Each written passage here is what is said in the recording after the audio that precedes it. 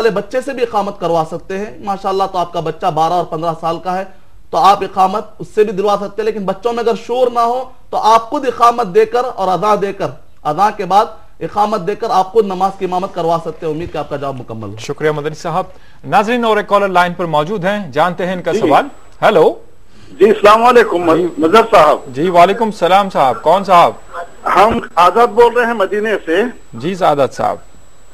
اچھا، جو سوال ہے ہمارا، جی جی کیا غیر مسلم مسجدوں میں داخل ہو سکتے ہیں اچھا جی سوشل پرپس کے لیے، جی جی سوشل انٹیگریشن کے لیے؟ اور ٹھیک الٹا، جو کیا مسلمان اگر اجازت ہو دوسرے والوں کی طرف سے، کیا ہندوؤں کے یا دوسرے مذاہب کے عبادت گاہوں میں جا سکتے ہیں؟ اچھا اس سے کیا ہوگی کہ آج جو تفرقہ ہے جی جی جی وہ دور ہو سکتی ہے اور آپس میں ایک دوسرے کو سمجھنے کا موقع ملے گا. جی جی بالکل بات صحیح کہی آپ نے. جی جی اس میں کیا شرعی طور پر کچھ قباحت ہے؟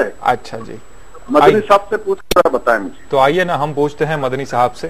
مدنی صاحب بتائیے، بھائی نے جو کال کیا ہے مدینہ شریف سے، جو کہ آپ کے ساتھ نسبت جڑی ہے مدنی، تو ماشاءاللہ بہت ہی خیر و برکت والی جگہ سے انہوں نے خیر و برکت کا پیام پہنچانے کے لیے سارے عالم میں لوگوں کو یہ کہا ہے کہ مساجد میں کیا دیگر مذاہب کے لوگ آ سکتے ہیں، اور دیگر مذاہب کے عبادت گاہوں میں کیا ہم مسلمان جا سکتے ہیں، جس سے ایک دوسرے کو سمجھنے کا موقع ملے گا، دوسروں کے مذاہب کا احترام یا ان کے تقدس کے بارے میں معلوم ہوگا.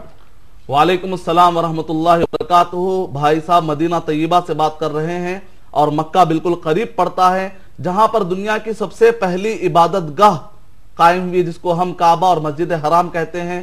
سورہ آل عمران نمبر 3 آیت نمبر 97. اور عبادت گاہ میں سب سے پہلا مرتبہ کعبہ اور مسجد حرام کا ہے، دوسرا مسجد نبوی کا ہے جہاں سے بھائی صاحب سوال کر رہے ہیں مدینہ طیبہ، اور تیسرا درجہ یا تیسرا مرتبہ مسجد اقصی کا ہے جو فلسطین کے اندر پایا جاتا ہے.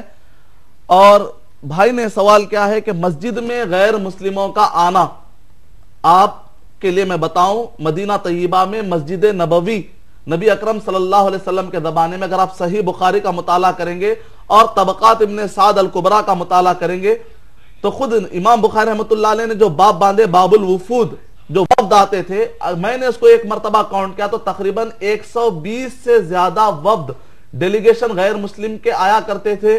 نبی اکرم صلی اللہ علیہ وسلم نہ صرف مدینہ طیبہ میں ان کو داخل ہونے کا آپ نے موقع دیا، بلکہ مسجد نبوی میں آپ نے ان کو ٹھہرایا. تو اس کا مطلب ہے کہ باقاعدہ مسجد نبوی میں بٹھا کر ان کو عزت اور احترام کے ساتھ آپ مذہب کی باتیں سمجھاتے تھے. مسجد نبوی ایک یونیورسٹی، مسجد نبوی ایک درسگاہ، اور غیر مسلم وہاں پر آ کر باقاعدہ ٹھہرتے تھے، ان کا انتظام ہوتا تھا رہنے سہنے کا، بعض ہفتے ہفتے رہا کرتے تھے اور اسلام کی باتیں سیکھا کرتے تھے.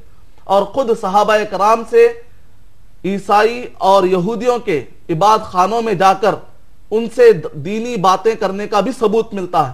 یہاں تک کہ اگر آپ پڑھیں گے صحیح السیرہ نبویہ ابن کثیر رحمت اللہ علیہ کی، جو بالکل حال میں آتھینٹک کی گئی ہے، جس کا صفحہ نمبر 72 سے لے کر اگر آپ 82 تک مطالعہ کریں گے تو وہاں پر بھی چرچس میں اور عبادت گاہوں میں جا کر اپنی دینی بات کو رکھنے کا تصور ملتا ہے.